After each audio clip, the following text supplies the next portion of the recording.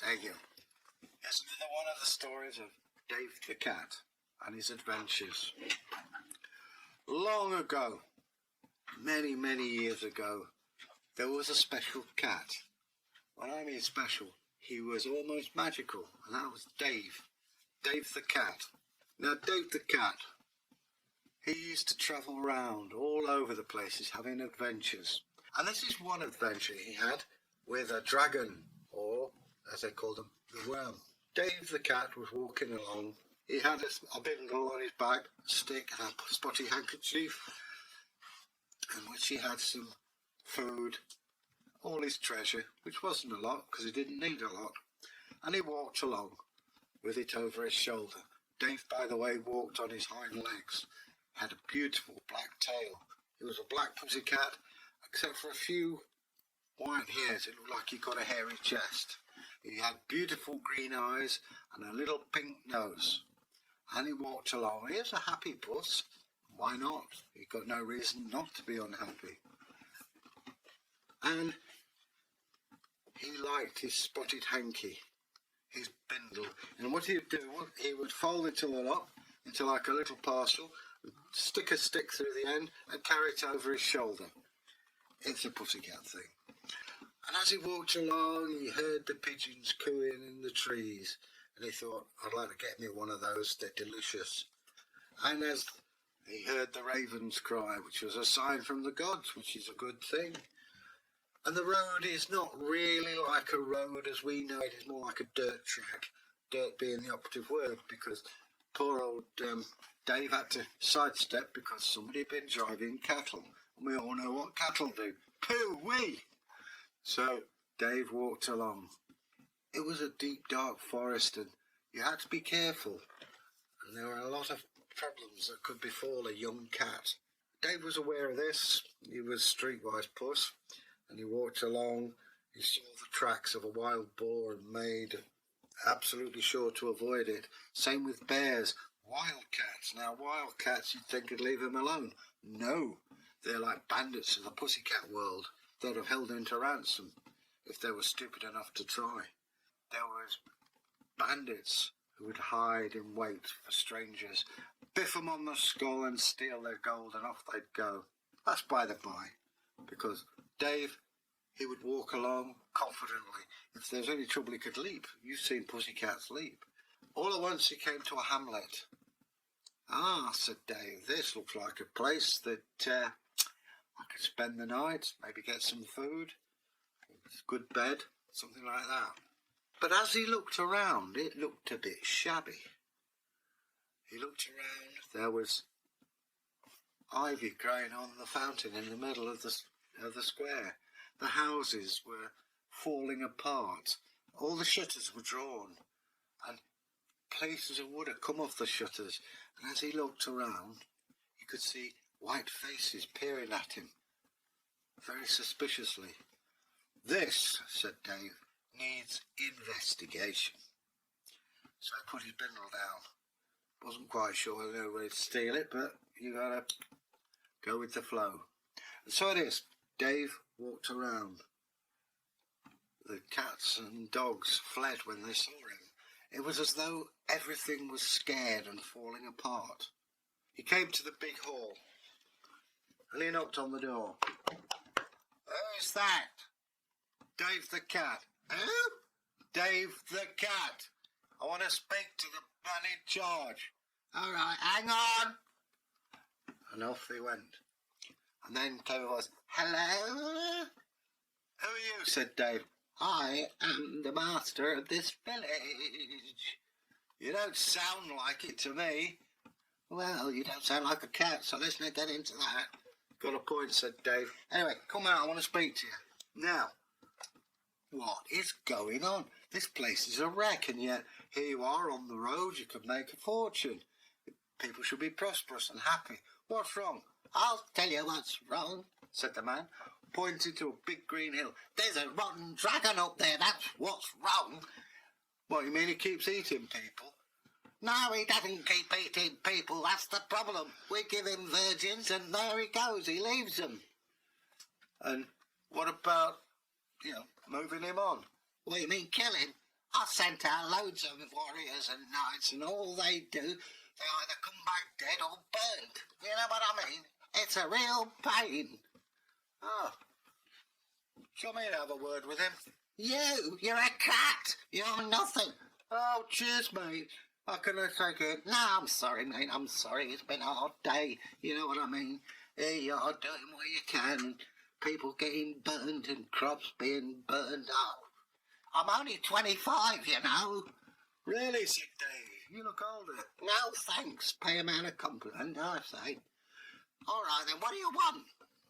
Dave, with his claw, scratched his chin gently. Right, he said. What I want from you is a big bucket like this, and I want it filled with beer, and I want woodworking kit. A woodworking kit? That's what I said. Okay, you know best. Don't you want a sword or something? It's not done any of those other nights any good, has it? Nah, trust me. And so it was. Dave was given a bed for the night because it was getting late on, and he had a nice meal. He had some cream, and he thought, there could well be a nice billet, this. Early next morning, the sun rose. A cock crowed. Dave, oh, gosh. So off he went to the blacksmith, who told him to go to the woodworkers. It slipped up there, didn't I? He went to the carpenter, who gave him a set of tools. Went to the inn, got some beer. See you later, or not. Yeah, nice to see you too, Maya. Dave set off. It was a hot day.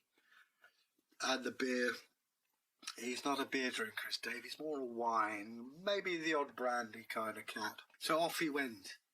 And then he saw the cave. Put down the bucket. Put down the toolkit. And there was a dragon. And it was a big, fierce-looking dragon. I mean, any dragon's pretty big and fierce, you know what I'm saying? But this looked especially so. And it was snoozing. And as he snoozed, out came steam from his nostrils. Said Dave. The dragon, still asleep.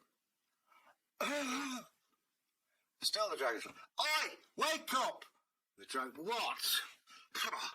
Oh, God, they're sending me cats now, said the dragon. What do you wish? What is your problem, matey? My problem? I ain't got a problem, mate, said Dave. It's you. You keep burning stuff. Wow. I'll tell you for why. I'm an angry, angry dragon. Why? I've got this awfully bad tooth at the back of my jaw. Oh, yeah, said Dave. I can fix that for you if you like. Can you really? Yeah. Will you tell them to stop sending me virgins?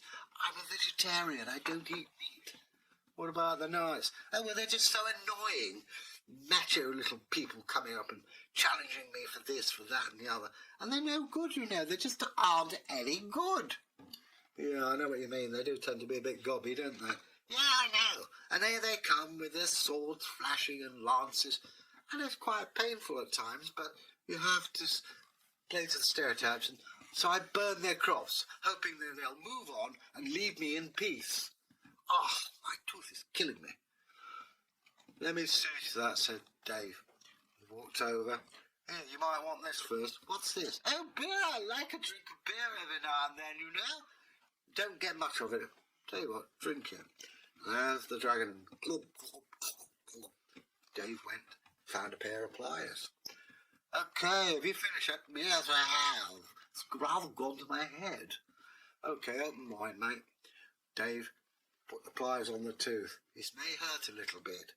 I say, that was rather spiteful. In a nice sort of way. Yeah, well, let's leave this, he says.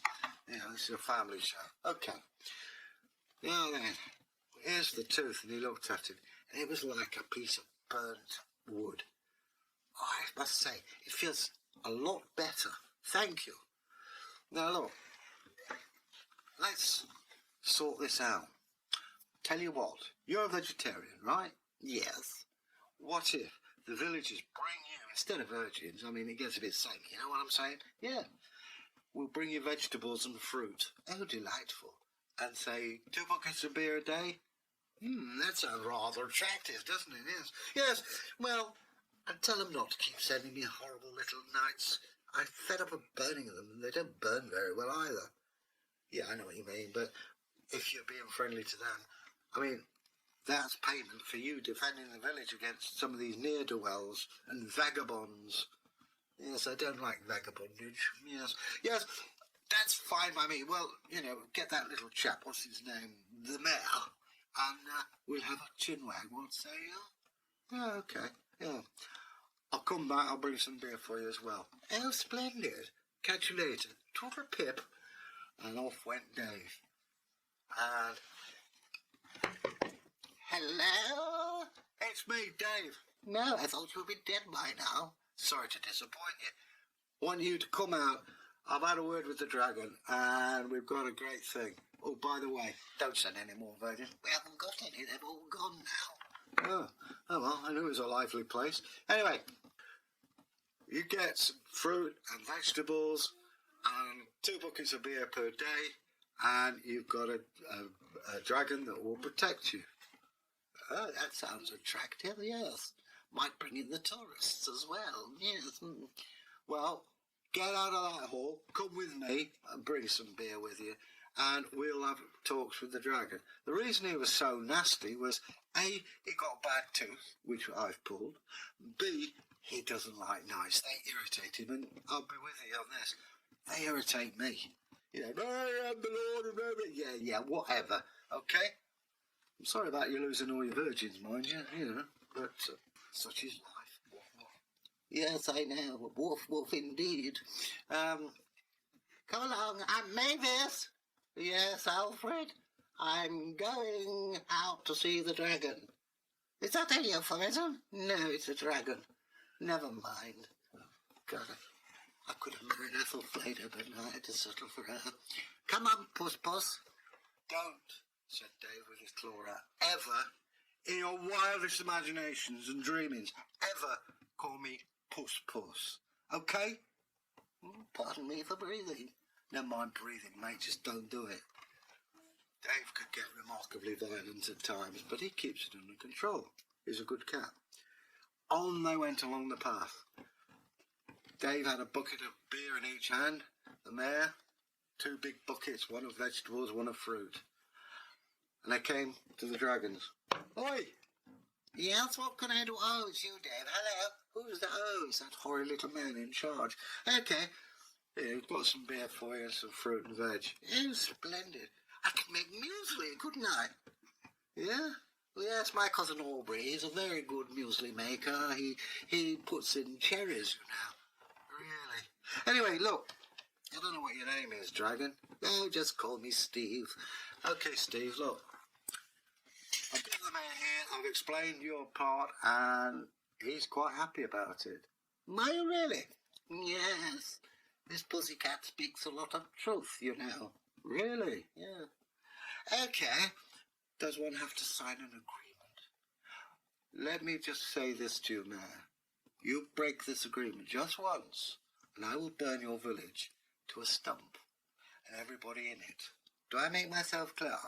Oh, and by the way, no more knights! They really get up my nose. Horrible creatures. Well, that's one reason we thought you'd make a good defender of the village. Yes, I suppose so. And so, a covenant was signed. And that village went on to be extremely prosperous. And they called it Drakelow. Now, near Derby is a village called Drakelow, home of the dragon. Now, I'm not suggesting that that is where Dave the cat was. But if you see a black pussy cat with a bindle and a few white hairs on his chest, treat him with respect. Treat all pussycats with respect, but that could well be Dave. So anyway, that's the story of Dave the cat. We shall have many more adventures with Dave as he comes across the world, and I hope you've enjoyed it. If you have, press the old subscription bar and bell. Maybe you'd like to leave us a comment. So after all, it's your channel as much as ours. And You can leave us a comment, or maybe you've got ideas and suggestions of your own. It does take us time. Poor Bragi's rushed off his feet. His tracksuit bottoms fairly glow with it. And we will get back to you. It does take time, so please, all I'm asking is you please be patient. And we will do that. So, that said, I hope you enjoyed the adventures of Dave. Till we meet again, stay safe and make the world a happier place. Bye.